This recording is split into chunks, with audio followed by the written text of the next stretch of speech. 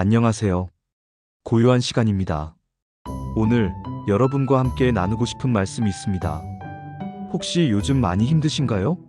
삶이 내 마음대로 되지 않고 마치 끝이 보이지 않는 터널을 지나는 것 같은 기분이 드실 때가 있나요? 저도 그렇습니다. 오늘 아침에도 복 있는 사람 큐티책을 펴는데 마음이 참 무거웠어요. 야고보서 1장 2절 말씀이 눈에 들어왔습니다.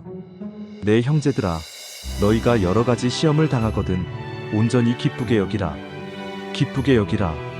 솔직히 이 말씀을 읽는데 마음 한편에서 반발심이 생기더라고요.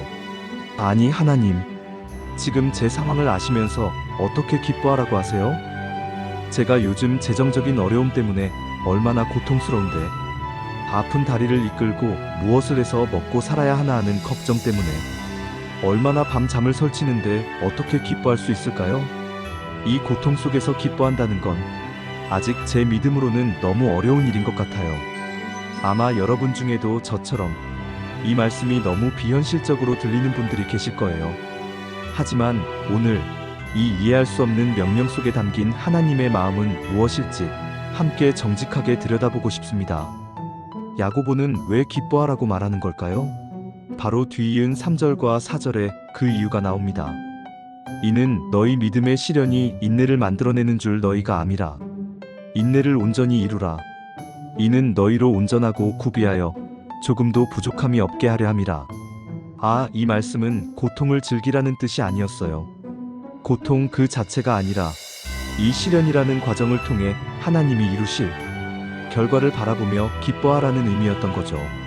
마치 농부가 당장 밭을 가는 수고는 힘들지만 가을의 풍성한 열매를 기대하며 기쁨으로 일하는 것처럼요. 하나님은 지금 이 시련을 통해 우리 안에 인내라는 보석을 만들고 계신데요. 그리고 그 인내를 통해 우리를 조금도 부족함이 없는 온전하고 성숙한 사람으로 빚어가신다는 약속입니다. 생각해보면 편안하고 모든 것이 잘 풀릴 때는 우리가 성장하기 어렵잖아요. 오히려 이런 시련의 불 속에서 우리의 믿음이 진짜인지 드러나고 불순물은 타서 없어지고 우리는 더 단단한 정금같이 만들어지는 것 같아요. 지금 당장은 너무 아프고 힘들지만 이 시간의 끝에 더 성숙해져 있을 나를 기대하라는 것. 그것이 하나님이 주시는 첫 번째 위로였습니다. 그런데 아픈 건 아픈 거잖아요. 도대체 이 고통스러운 시련의 시간을 어떻게 견뎌낼 수 있을까요? 야고보는 이어서 말합니다. 너희 중에 누구든지 지혜가 부족하거든 모든 사람에게 후히 주시고 꾸짖지 아니하시는 하나님께 구하라. 그리하면 주시리라. 여기서 말하는 지혜는 세상의 지식이나 문제를 해결하는 잔꾀가 아니에요. 이 상황을 하나님의 뜻 안에서 어떻게 이해하고 어떻게 행동해야 할지를 아는 영적인 통찰력을 말하는 거죠. 사실 저는 이 말씀 앞에서 또 한 번 부끄러워졌습니다. 저는 시련이 닥쳤을 때 하나님, 이 상황에서 어떻게 해야 하나님의 뜻대로 살 수 있을까요? 라고 묻기보다 하나님, 왜 저에게 이런 일이 생겼나요? 라며 원망하거나 어떻게 하면 이 상황을 빨리 벗어날 수 있을까? 라며 제 머리를 굴릴 때가 더 많았거든요. 야고보는 경고합니다. 오직 믿음으로 구하고 조금도 의심하지 말라. 의심하는 자는 마치 바람에 밀려 요동하는 바다 물결 같으니 두 마음을 품어 모든 일에 정함이 없는 자로다. 두 마음. 이 단어가 제 마음을 찔렀습니다. 하나님을 믿는다고 하면서도 여전히 세상의 방식을 붙들고 있는 제 모습. 기도는 하지만 결국 내 경험과 계획을 더 의지하는 모습. 이게 바로 두 마음이었어요. 솔직히 고백하자면 이 가난이 하나님이 주시는 연단의 시간이 아니라 그냥 과거에 제가 교만하고 욕심부렸던 것에 대한 결과일까봐 두려울 때가 많아요. 하나님과 세상을 동시에 바라보며 흔들리는 제 모습. 하나님은 이런 저에게 한마음으로 오직 당신의 지혜만을 구하라고 말씀하고 계셨습니다. 그리고 야고보서는 정말 충격적인 말씀을 합니다. 9절과 10절입니다. 낮은 형제는 자기의 높음을 자랑하고 부한 자는 자기의 낮아짐을 자랑할지니 이는 그가 풀의 꽃과 같이 지나감이라. 이건 세상의 가치관을 완전히 뒤집는 말씀이잖아요. 가난한 사람은 예수님 안에서 존귀한 자가 되었으니 그 영적인 신분을 자랑하고 부자는 자신의 부가 얼마나 덧없는지를 깨닫고 겸손해진 것을 자랑하라는 거예요. 이 말씀을 묵상하는데 17년 전에 제 모습이 떠올라 얼굴이 화끈거렸습니다. 그때 잠깐 돈을 잘 번다고 교만해져서 친구에게 통장 잔고 문자를 보내며 자랑했던 적이 있거든요. 정말 어리석었죠. 그 분은 풀의 꽃처럼 순식간에 사라졌고 저는 완전히 다른 자리에 서 있습니다. 하나님은 이 말씀을 통해 제게 물으시는 것 같았어요. 너의 자랑은 무엇이냐?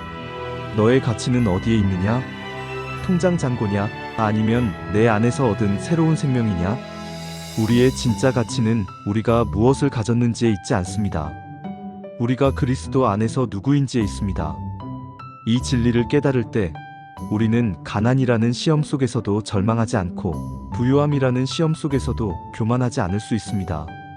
자, 그럼 이 모든 말씀을 붙들고 오늘 저는 어떻게 살아야 내 안에 계신 하나님이 나를 통해서 야고보서에 말씀하신 일을 오늘에도 이루실 수 있을까요?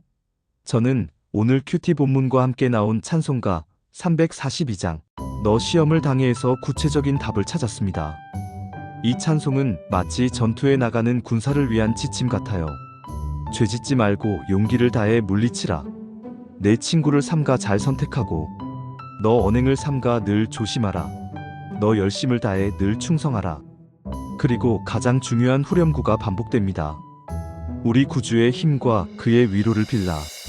주님 네 편에 서서 항상 도우시리. 결국 우리가 할 일은 이것이었습니다. 첫째, 오늘의 시련을 나를 성장시키는 기회로 받아들이는 것. 둘째, 내 지혜가 아닌 하나님의 지혜를 간절히 구하는 것. 셋째, 내 힘이 아닌 구주의 능력을 의지하는 것. 그리고 넷째, 그 믿음을 가지고 구체적인 순종의 삶을 살아내는 것. 저는 오늘 이 말씀을 붙들고 작은 순종을 했습니다. 17년 전 제가 어리석게 자랑했던 그 친구에게 용기를 내어 사과했습니다. 그 사과로 당장 무언가 대단한 일이 일어나진 않았지만 저의 어이없고 때늦은 사과에 짧게나마 함께 옛일을 추억하며 웃을 수 있는 시간이 되었던 것 같습니다. 내 안에 계신 하나님이 나를 통해서 오늘 어떠한 일을 이루고 계실까요? 알 수 없죠. 하지만 하나님은 저의 이런 작은 순종을 통해 제가 볼 수 없는 곳에서 이미 일하고 계심을 믿습니다. 여러분, 오늘 여러분의 삶의 자리는 어디인가요? 어떤 시험 가운데 계신가요? 그 자리에서 우리가 할 수 있는 작은 순종은 무엇일까요? 함께 기도하며 그 힘을 구했으면 좋겠습니다. 함께 기도할까요? 살아계신 하나님, 은혜와 사랑에 감사드립니다. 시험 가운데 기뻐하라는 말씀을 온전히 이해할 수도 순종할 수도 없는 저희의 연약함을 고백합니다. 하지만 이 시련을 통해 우리를 온전하게 빚어가시는 하나님의 선한 계획을 신뢰하게 하옵소서. 과거의 세상에 헛된 것을 자랑했던 저희의 교만을 용서하여 주시고 이제는 오직 그리스도 안에서 새로운 피조물이 된 우리의 영적 신분만을 자랑하게 하옵소서. 오늘 우리가 마주한 모든 어려움 속에서 우리의 지혜와 힘을 의지하지 않게 하시고 오직 주님의 지혜를 구하며 주님이 주시는 능력으로 살아가게 하여 주시옵소서. 우리 편에 서서 항상 도우시는 주님을 굳게 붙들고 오늘 하루도 믿음으로 승리하게 하여 주시옵소서. 살아계신 우리 주 예수 그리스도의 이름으로 기도합니다. 아멘. 오늘의 나눔이 여러분에게 작은 위로와 도전이 되었기를 바랍니다. 여러분은 오늘 어떤 시험 속에서 어떻게 하나님의 도우심을 구하고 계신가요? 댓글을 통해 여러분의 이야기를 나눠주세요. 함께 읽고 서로를 위해 기도하며 이 길을 걸어갔으면 좋겠습니다. 영상이 도움이 되셨다면 좋아요와 구독, 알림 설정으로 함께 해주세요. 그럼 주님 안에서 평안한 하루 보내시길 바랍니다.